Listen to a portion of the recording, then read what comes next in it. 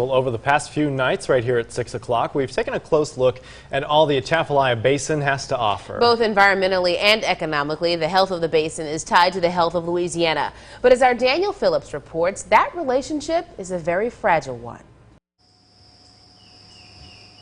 Everybody in the world recognizes what we have, but our own people. I can't believe it.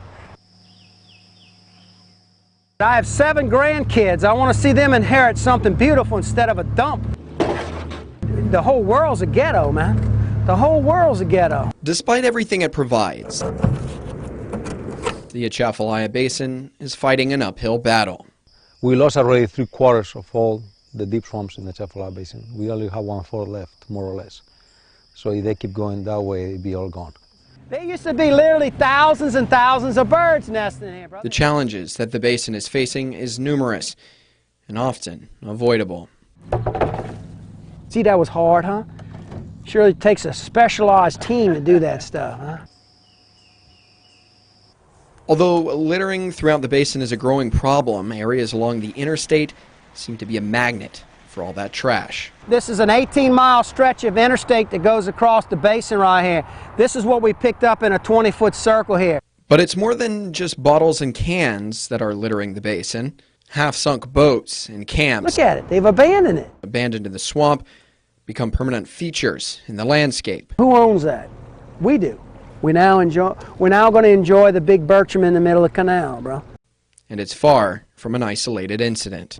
They had fun in it. Now it's for us to enjoy the rest of our lives stuck right here in the beautiful cypress and stuff. But not everything littering the basin is trash. Invasive species is an ever-growing problem. This is one example here. Salvinia, it should never have been in this country. The US, they should have stopped that long, before it ever get here. That's the Asian grass. It's aquarium grass. Some people dumping their aquariums for the last 50, 60, 70 years. And the vegetation isn't just bad for the environment, it's also bad for business. It's going to destroy our crawfishing industry. You talk to the crawfishermen, that's another thing you can do. Ask them why they can't get back at their crawfish anymore. They'll tell you because of the vegetation, man. But while invasive species continue to flourish, some of the native plants are starting to struggle. This is dead Spanish moss.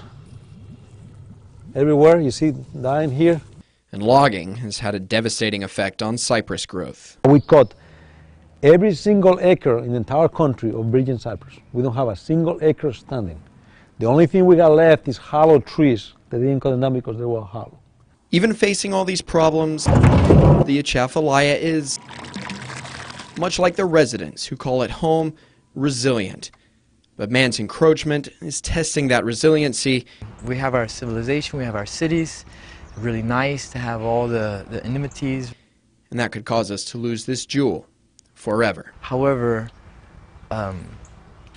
not at the expense of that natural habitat that we also need.